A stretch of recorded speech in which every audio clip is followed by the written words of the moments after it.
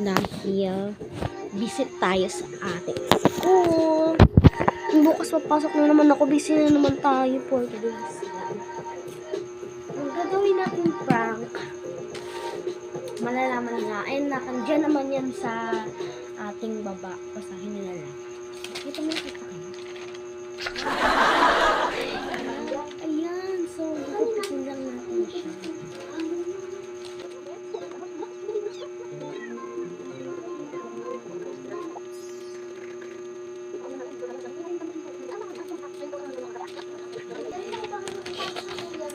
Ano natin siya, parang kaming ketchup, pero parang ano, nana. Oh no!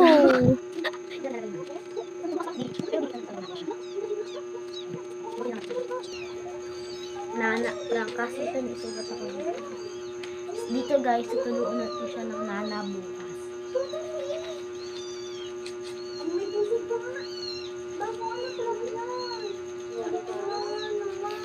Time check. Yes.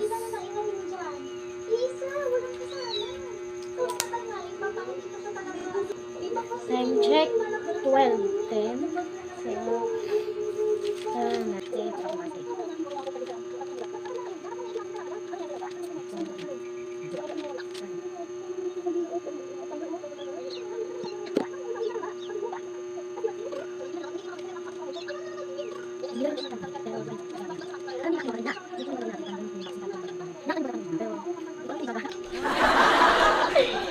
So guys, bubukok tayo kagad na nag-bubukok na dyan. Maganda siya, kaya asal.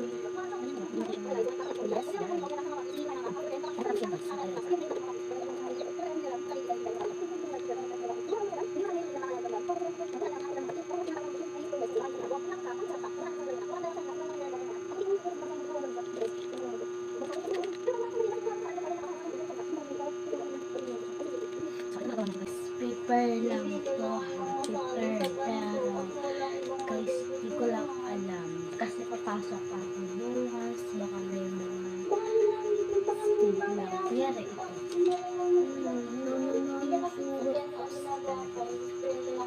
ito natin siya ilalagay.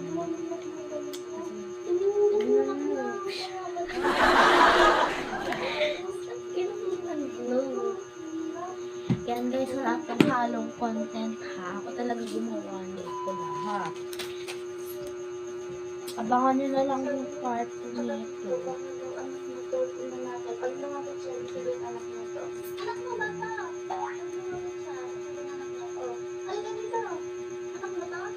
Kasi sabi ng kapatid ko, pumasok daw sa dito sa loob. Baka hinahanap. Tignan mo guys, hindi naman siya kakulay, diba? Hindi na kasi nilalapitan kung anak niya yan, kukuhanin niya yan. O, diba? Sa iyak pa lang, dapat kukunin na niya. O, baka awalin pa iyak. Baka si awalin mo yung Kape-burn tayo ng isang pen. So, i-double natin yung prank. Ang prank na yun is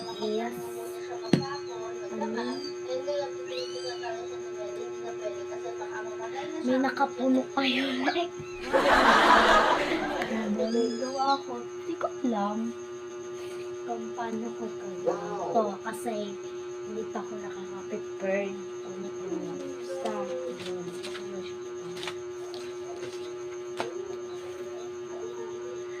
Konti-konti lang guys, hindi pa dito sa kanila, para hindi siya mabibila. So guys, yung dami nalagay na Napakawag lang ng content. Tapos so i-pwede lang natin bukas guys kasi I'm sleeping. Ay!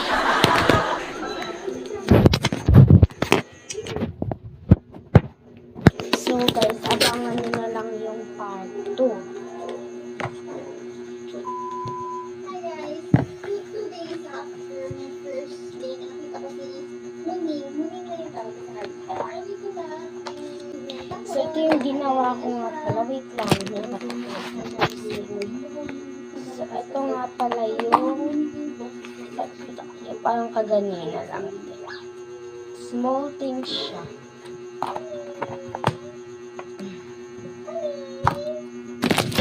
Bang yung parto bukas.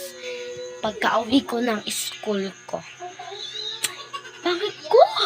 So, abangan nyo na lang yung part 2. Bye-bye!